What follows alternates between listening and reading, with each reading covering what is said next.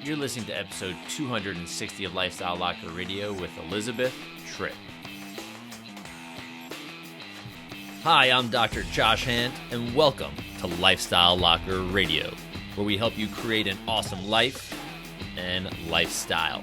From nutrition to fitness, mindfulness to peak performance, and relationships to money mindset, we bring you on an amazing journey to help you unleash your human potential. Hey, it's Dr. Josh Hand here, and we need to talk about your health, your fitness, and your lifestyle. I know you, if you're like me, you've seen sickness and disease and even death in your life. And we know the leading causes of death in the United States are cancer, heart disease, and diabetes. Many of these conditions and diseases are considered lifestyle-based. And I know that lifestyles in the United States and other countries are not where they should be. We also know that they make you more vulnerable to other sicknesses and conditions. We tend to get our advice and recommendations on health from commercials and marketing, from fast food to pharmaceuticals, and not from experts with real-world experience. Unfortunately, we follow people or products who don't walk the walk or talk the talk. They simply just don't care about your health. It's just about their bottom line. I know we've heard it from our friends and from even our own self-talk that we don't have enough time, we can't make the changes, or there's just too much to do to be healthy. But there is a way to actually take control of your lifestyle and have the accountability and the support you need. We can be bigger than our excuses. For the past 14 years as a chiropractor, I've worked and continue to work with thousands of patients with their lifestyle and ultimately their health. I am now bringing the same philosophy to the online space where we can work as a group to get better, stronger, healthier, and be bigger than our excuses every single day. I've created the 3065 Lifestyle Shift program to be an online-based, training-based program where you get to learn and be engaged with others in your journey towards a healthy lifestyle and ultimately a healthier life. To be part of this amazing movement, it's just $5 a month. Yes, it's only $5 a month, and that seems too good to be true. Well, it's not. So for the price of a gourmet coffee, you will have access to an amazing program and amazing people that want the best for you too. So when you dive into the content below this video to learn about our lifestyle philosophy, you'll see that we are incredibly unique. No other online program focuses on lifestyle the way we do and delivers the quality and the quantity of content that we do for just $5 a month. And it's not just about the movement. There's a lot more. It's really about your health. So check out the details and other videos below. And when you sign up, I'll even send you the ebook, Inside the Locker, which dives deeper into creating an awesome lifestyle. I look forward to seeing you on the inside of the Lifestyle Locker 3065 Lifestyle Shift program.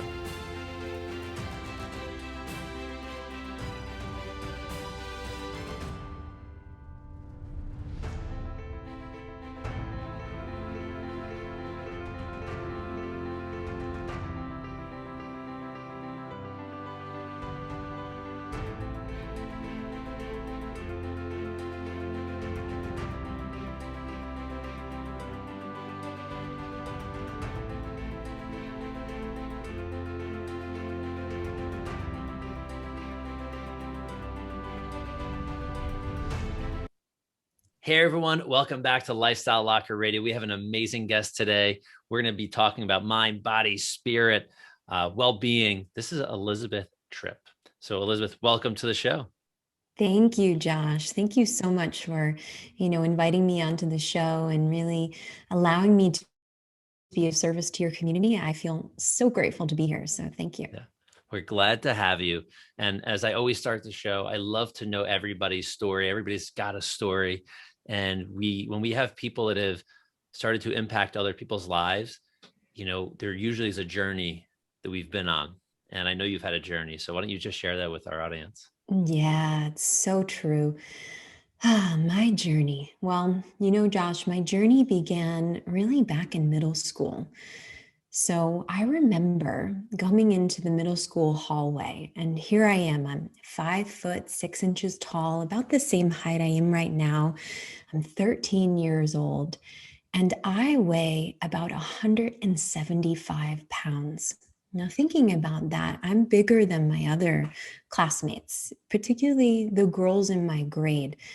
And Josh, the boys in my class were really, really adamant about letting me know that. So I remember coming up to my locker and I was turning the combination. I can even remember the numbers. It was like 10 this way, and 4 to the left, and 0 right on the dot. And I opened up my locker door and wow, this loose leaf note fell to the ground. And I thought, that's really interesting. What is that? And I go to pick it up. And as I'm unfolding it, I notice that there's this hand-drawn image. And as I open it up, it appears to have been a bus. And on the side of the bus, there was this sort of signature that said, Elizabeth is as big as a bus. Oh, and as I looked at that, it was like my mind became aware of this snickering, laughing of teenage boys behind me. And it was like my heart broke. It had been already almost 2 years. They had been poking fun, whispering things in my ear as I walked down the hallway. But this was like ultimate icing on the cake. And I remember standing there and tears just kind of streaming down my cheeks. And I'm looking down at myself and I feel this sense of shame and embarrassment. And I thought, wow, why am I so ugly? And I remember that day, I just made this like conclusion, I'm never going to be beautiful. And I went home and I remember coming back and laying in my bedroom and thinking about, what was I going to do next? How was I going to fix this? I'm so broken inside and I needed to fix myself in order to be accepted and liked by everyone in middle school. And so I was thinking, I decided, I'm going to get on a treadmill. There was one in the basement my mom had, and she was really always into her own image and being in her own sort of health and well-being with her body. So this was something that I was used to, but hadn't taken any initiative on myself. So after that, I started to go down in the basement after school and I began to start to jog or run. And I tell people, I got on that treadmill when I was 13 and I really never stopped running until I was 30. And that was about 5 years ago. And I mean it in a metaphorical sense that I ran from myself because as I ran, I lost like 60 pounds. And over like 18 months, as I went into high school, I was this thin, framed girl, having transformed from being heavy and big and that being so bad. Here I was now, this beautiful girl, according to what everybody else thought. And yet I still felt so ugly, because I had done what was expected in the world or standard of beauty and had achieved a body shape and size that was considered acceptable and lovable. Yeah, I felt really awful about myself. I felt really ashamed and insecure about who I was. And Josh, I started to give away my power to others to be able to define my value and for my value to be measured based off of my physical appearance. And it really was something that I didn't consciously know was happening. And in fact, I became so involved in my health and well-being as it regards to the way I looked and the way I ate that I just naturally went to school to become a dietitian. So I had actually enrolled in right out of high school into a 4-year degree with an internship that gave me credentials when I graduated. And I went down to New York City and I started to do what I loved, which was to talk to people about their body and their food relationship. Yet, as I sat across from them, I felt like a fraud because I would come home after work and I would have my own anxieties and overwhelm, or I would feel like I wasn't producing enough or performing enough for my boss, or I would think that maybe I need to change the way I look for a boyfriend, and I would actually comfort eat to help myself feel better. So my weight was always going up, down, up, down. And yet I was supposed to be this like expert, you know? And eventually it started to really become apparent to me that many of the people I was working with across from in my counseling sessions, there was a lot deeper things going on than just them having to follow a plan or adhere to a certain kind of regimen with food or their body, that there was like a root cause to why they were doing what they were doing. And yet I felt so lost because I felt in myself still broken and need of fixing and searching for the answer to my well-being. And so fast forward these years in New York, I get into a relationship and lo and behold, I attract someone who equally mirrors my own insecurities and their own sort of, self-doubting kind of character, always wondering if I was being faithful and vice versa to him. And so there was so much like fighting and immaturity. And yet I really cared about this person. And I cared a lot about showing them that they could love me and that I could be someone that they deemed as like beautiful and that they wanted to stay with me. It was a lot of hard work. And what ultimately ended up happening, Josh, was that this person said to me, I can't see a future with you and I can't do this anymore. So after 4 years, we went our separate ways. And what happened to me was it catalyzed me to go like into this dark, deep rock bottom. Why couldn't any of my relationship work out? Why do I feel like I'm not really doing what I'm meant to be doing? Why do I feel so broken and as though I am never enough? And why do I struggle feeling like no matter what I do, I'll always be ugly inside? And so this was very painful for me. Like I locked myself away, didn't want to go out. I was living up on the Upper West Side, and a friend kind of came to me and she said, you're definitely like something is wrong. And I said, I'm very sad and I don't know how to get out of this. And she said, I don't know why, but I want you to meet somebody. And I was like, okay, like who is this person? And she said, well, he's a healer. And that's kind of like the best way I can describe it. And I was like, a healer? And she's like, yeah. And I said, do you mean like he believes in the universe and that there's something guiding us? And she's like, yeah. And I said, And I heard a very small voice in the center of my heart, and it said, just go. And I thought, what do I have to lose? If I'm thinking, there's no point in living, this is so hard, what's there to lose, So she told me I had to pack my things and that I needed to get into a car and that I would be driving down to the coast of where this healer lived, and in a small town, a beach town actually. And I was like, okay. And she said, you have a day to, get ready. And I was, okay. So I get my things together and we did this sort of like red-eyed drive out of Manhattan, and I land in this sort of beach area on the coast of North Carolina. And I arrive in the morning time and I have a session with this gentleman in about 2 hours. And I'm thinking, what is going to happen to me? Like, what am I even doing here? And the time passes pretty quickly, and I come and to his home, and he comes out and he's nothing like I expect. He's this very warm, very kind eyed individual. He says to me, I've been waiting for you. And I thought, what? Waiting for me? And he said, I know you've been wanting to be powerful for a long time. And I was like, who is this? And my whole body reacted just with tears, because that was the truth. It had been the glaring, obvious truth for me, yet no one had ever put it so simply. And my soul, it felt like, just had this sense of relief.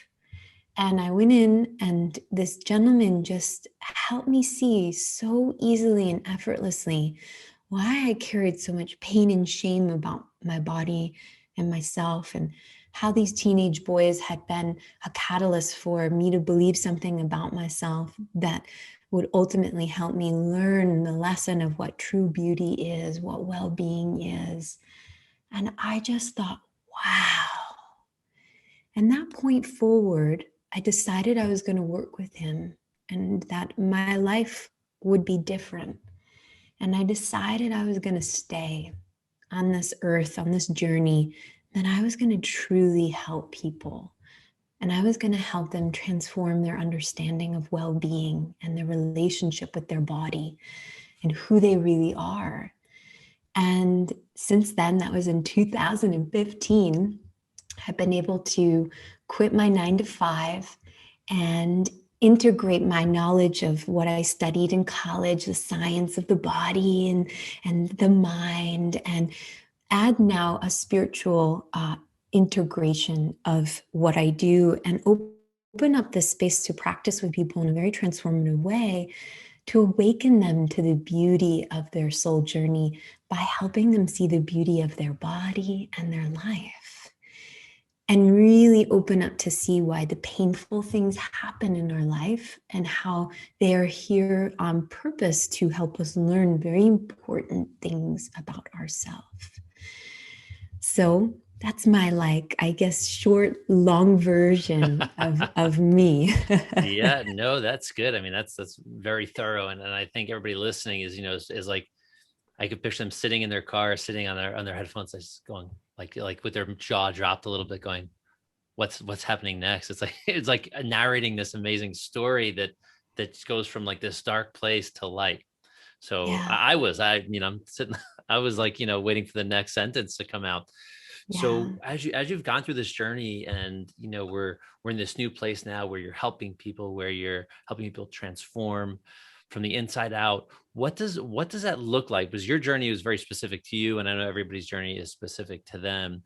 yeah, What is this transformational process? What does it work like? What are you focusing on with each individual? Is it different? Uh, yeah. bring me through something. Yeah. Well, for example, when, a client will come to me, it sounds like a good place to actually help you see like a typical kind of client. So, I get a lot of clients that are really kind of feeling insecure and like low self-esteem about their body. They either may be overweight and struggling with their weight, or have always gone up and down, or have always felt like the measure of their worth is dependent on a size or a shape or a number on the scale. So they tend to come with a lot of their own fears around food, and kind of resentment about their shape and size. And so as they come, what happens in my work is I'm really helping them kind of see where they first began to create opinions about themselves as it relates to, their shape or their size, that could be really influencing the way they're thinking and feeling and behaving with themselves. Hmm. So I really set the stage for them to recognize that the well-being that they're looking for is an inside job. And we will go, like, for an example, a client came in, she's crying, she's sad. I hate the way I look, and I'm never gonna, feel like I love myself. And I said, wow, that must be really painful.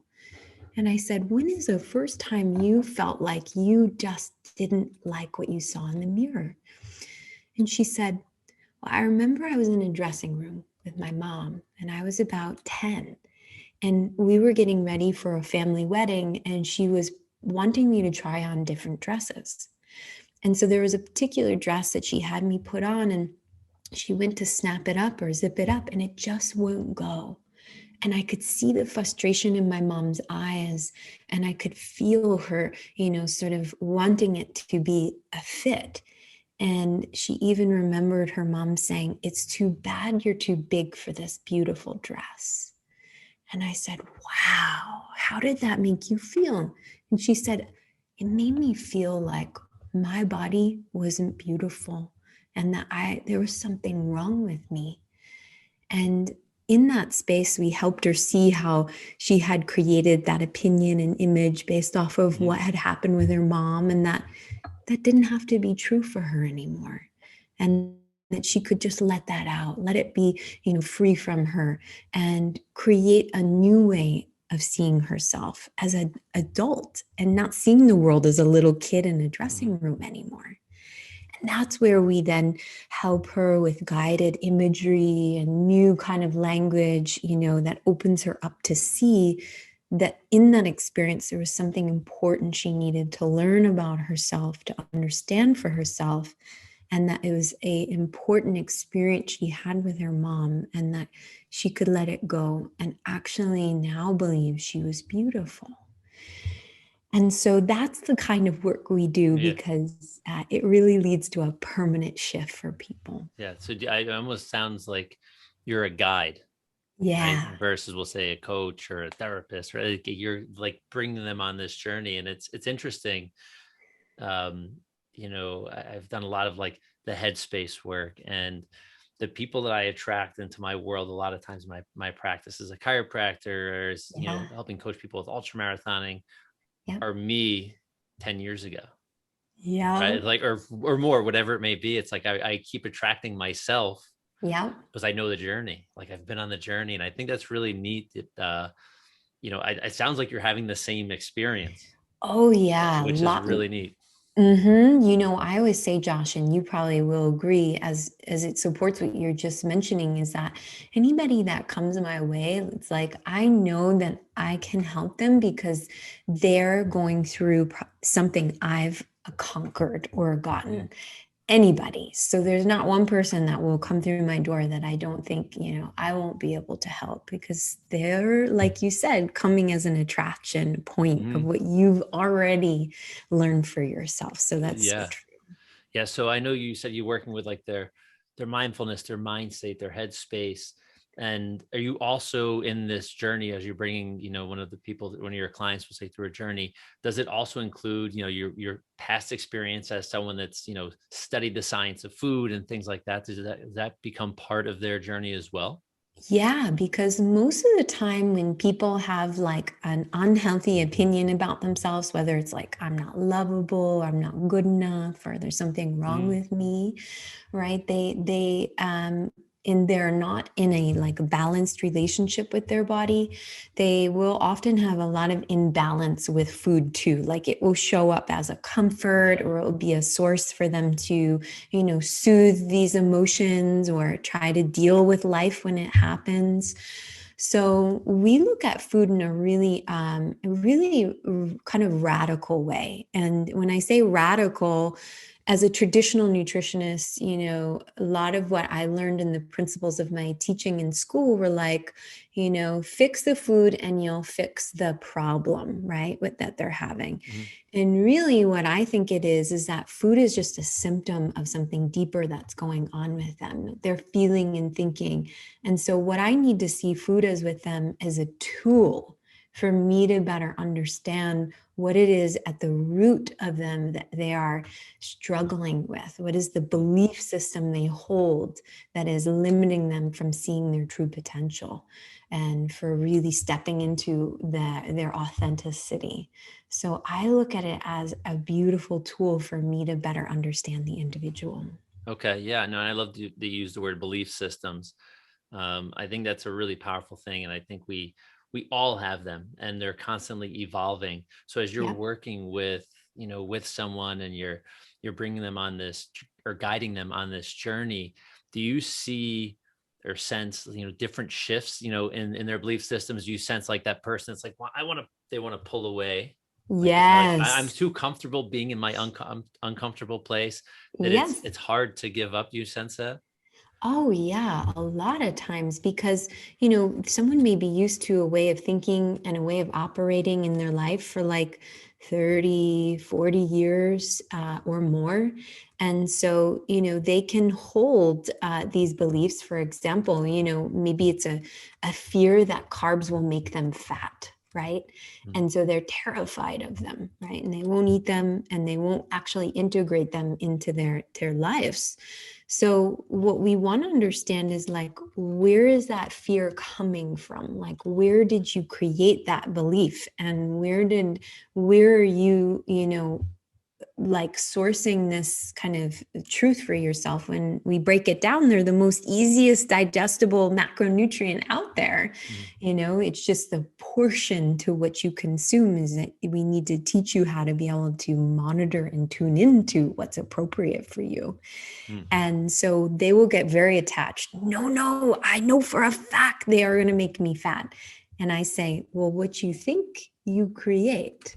And then they usually go, oh. Mm-hmm. And I say, as a master creator of our life, you think, life will be hard or that this will be difficult. What will be the truth of your experience? And they say, oh, hard or difficult. And I say the same principle can be applied to food. Yeah, yeah.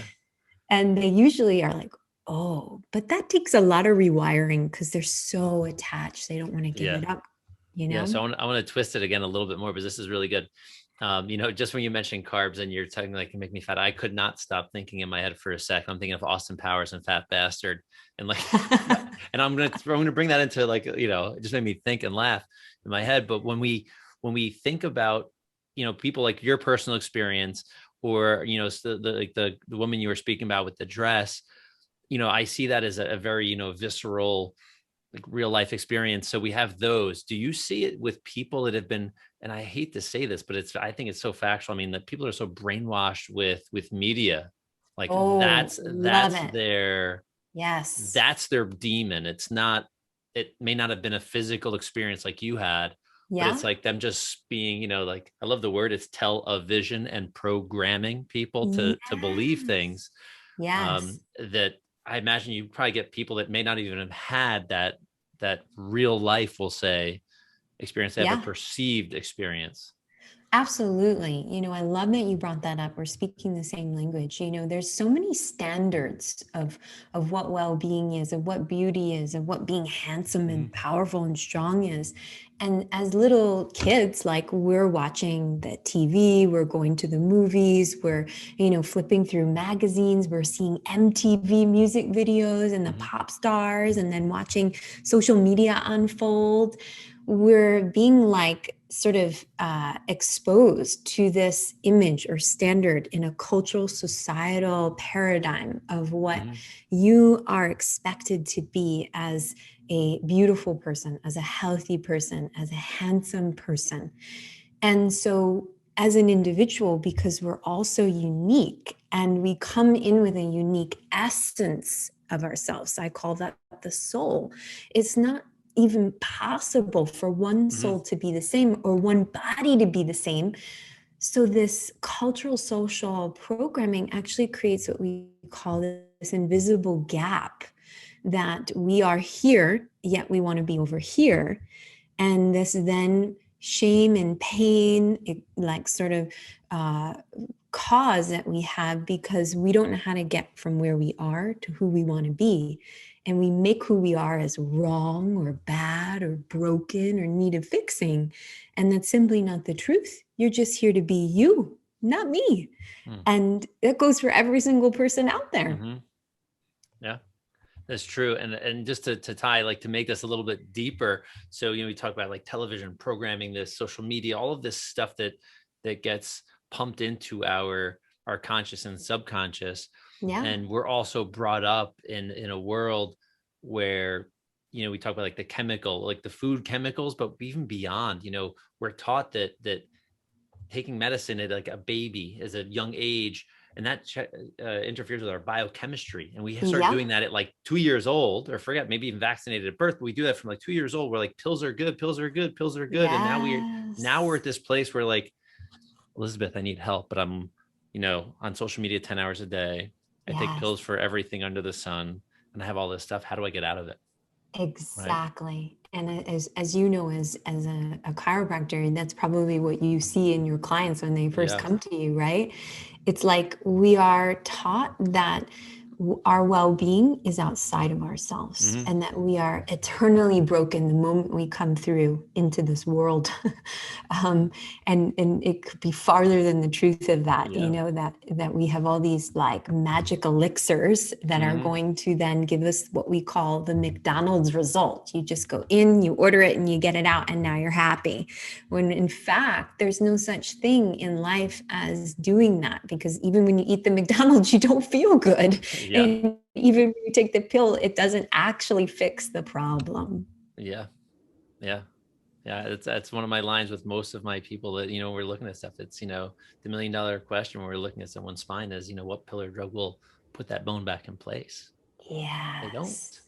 It doesn't fix problems. It may alter chemistry, but then now you're relying on the chemistry of that chemical, which, we don't know what it does for the rest of the Right. body. Right. So I imagine you have with your people, like you maybe like people are going to probably, I'm guessing, detox off of like junk food, but Mm-hmm. also the chemicals that they've been probably putting in their body for a lifetime. And that's got to be transformative by itself, because if your body's functioning better, your brain's going to function better, and like that, the open-mindedness is going to be see clear, like, rather than looking through clouds. Exactly, because your body is just a mirror image of your own belief systems of yourself. Mm-hmm. So, if you are thinking something that is unhealthy and destructive and, weighing you down, your body will become a sort of representation of that. And we forget that rather than taking the pill to fix it, what we really need to focus on is the way that we're thinking and the emotions that are becoming apparent as a result of this, and how it's actually being impacted from the body's perspective as it holds on Yeah. to what it's experiencing. Yeah. If I don't Yeah. think I'm good enough, my spine might be shrinking because I want to hide from the world. Yeah. Yeah. Yeah. Well, physiology changes, with our headspace 100%. Structure, Yeah. function, it's all interrelated. I mean, you can't escape yourself from yourself, right? Like I you love live it. inside this vessel, this body. Yeah. Yeah, granted, we're not a mechanistic, it's not a mechanistic life, it's a vitalistic life. So we're Yeah. more than the sum of our parts. And I think that's also a big disconnect. What I get to see in my practice, I imagine you get to see, is, people think it's like only the like you said, the outside sources are the things that are going to make us who we are, whether Yeah. it's a food or it's, a thing, right, Yeah. that does it. And I think that's really powerful, that you get to connect with people on this deep level, and almost like, I don't say like a stream, you gotta like navigate around people's lives, because nobody's the same, but everybody's the same, Oh, yeah, that's right? so true. Yeah. Yeah. Yeah. We Yeah. all just want to be able to, experience this, sense of being free to be ourselves, right? In Mm-hmm. all logic of that. Yet there's so much that we have been programmed and made to appear to seem that we need to do or be or push ourselves to achieve in order to arrive at that space. Yeah. No, it's so true. It's so true. And I want to ask a couple more questions, and I think this is important because as we look and think about, going forward, all of us, whether we need to go on a journey with you, or whether we need to do something else, whatever it may be, what few things would you say, hey, listen, ask these questions or do these things, like to help people figure out where or how they may need to get some help? Yeah, that's such a great question. I think a very powerful question to start asking yourself is, what do I deserve? And am I worthy of living a life where I feel healthy and well? Where I feel good about myself. Just thinking about those two questions, like, what do I deserve in my life? And am I worthy of really having true well-being and true health for myself? You may notice when you ask yourself those questions, there's a whole lot of stuff that will come up. And it's a great journaling exercise, in fact, because you'll find that your mind will say, well, of course you deserve it, but it's hard. Well, no, that's not possible for you. Or I can't believe you think that. That's never going to be what's going to be your path. And so you will get to know what's actually more apparently limiting yourself as you slow down and quiet and nurture a more deeper, more presence to yourself. And it's just two simple questions. It's like, what do I deserve? And am I worthy of feeling good about myself? And that can open up a whole doorway into exploring more deeply what it is that you're coming up against on a regular basis that's limiting you, and likely is a part of a thread that's really rooted inside of a deeper sort of issue that you're holding on to, or that you have attached yourself to. Yeah, I think that's powerful. And we're going to go into the next question. So you mentioned something, the questions were good, were the headspace, but then the physical journaling. Yeah. What other steps? So journaling is very powerful for those of you that have not yet tried, or I hate the word try, not yet done any journaling. Yeah. What other things can help, bring about this type of, discovery? Yeah. I think this is cool because this is a good direction for people to start. Yeah. Well, traditionally people will often say meditation. And most of the time when I say that word, they go, oh, I can't do it. It's too hard. And I say, well, what's your perspective of meditation? And they say, I have to sit quiet on a pillow and put my hands up in these mudras, and I can't do it. My body hurts. And I say, where did you get that from? And they say, well, I read it in a book, or I saw it in a magazine, or I went to a retreat and that's how they taught it. And I said, well, thank you for letting me know that you took other people's opinions of meditation and tried to cram it into what works for you. And there's your reason it doesn't work, because it's not uniquely tailored for you. Okay. So let's make it simple. Meditation can be anything you do that quiets your mind and brings stillness to you. I don't care if it's a 10-mile jog, washing the dishes, vacuuming your living room floor, or just organizing your room. You can find ways to meditate anytime, anywhere. You just want to shift your own understanding and allow for it to be unique to you. And then people usually go, that sounds easy. And I say, congratulations for the easy way of you to enjoy being you. And they go, oh, I feel so much better now. So did that help? Would that be useful for your audience, do you think? Yeah, no, I think that it's good because, people, I say we got to be the right person. The being is the most important. And I just had this conversation before our conversation talking about being, doing, and having. Yeah. And a lot of people want to, just do and have. Yep. It's a different type of journey. You always got to start from the be first. And yes. when you talk about journaling and you talk about meditation, I think, my personal experience, I'm a morning meditator. That's my MO. And if and when I journal, which is frequently, but not 100% of the time, I'm going to be completely 100% transparent with my tribe here. Yeah. It's very powerful post meditation, because then, and sometimes, my second version of meditation, like you said, is a 10-mile run, right? Or it's a run for me, because it's the hardest thing to do. And the easiest thing to do once you figure it out is being with yourself. Yes. Right. Yes. And the most important relationship you're ever going to have is with you. Exactly.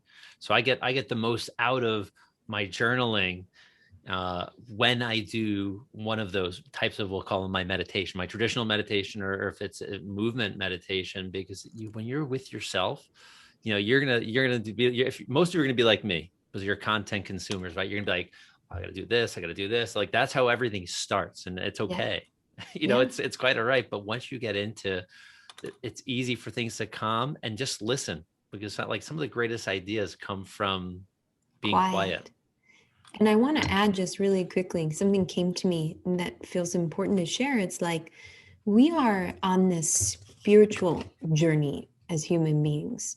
So, that being said, then our life experience is just simply this like classroom for us to learn and grow. It's like a game we all have come to play. And that means that we can make meaning of any experience, as it is a run or quiet time in the morning or journeying, as a spiritual one for ourselves, a way to really connect to who we really are. Mm-hmm. And so that is so important to see, because it doesn't have to be traditional. So Mm-hmm. many people are rigid on that. It can Yeah. be very open. Yeah. Yeah. And it's my specialty as a chiropractor, being flexible, right? I'm just Yes. Yes. Yeah. Yes. I love that. But I Yeah. can agree with you 100%. And I see and I experience myself that, I don't have that Zen Om, like transcendent meditation every time I meditate. I can't say No. that happens all the time. I wish I could, but I am, like you said, I'm this spiritual being going through life in this vessel, and I'm doing my best, and I keep practicing. And I can tell you, as a chiropractor, but as a human that practices good things, Yep. I think the audience, hearing this from me and you at the same time, really, practice doesn't make perfect ever. It just makes more practice. You're constantly getting better. You're constantly going to get better. Yes. The more repetition and time you have doing Yep. good things, it's going to result in good. The more repetition time you Yes. have bad things, you know the answer to that one.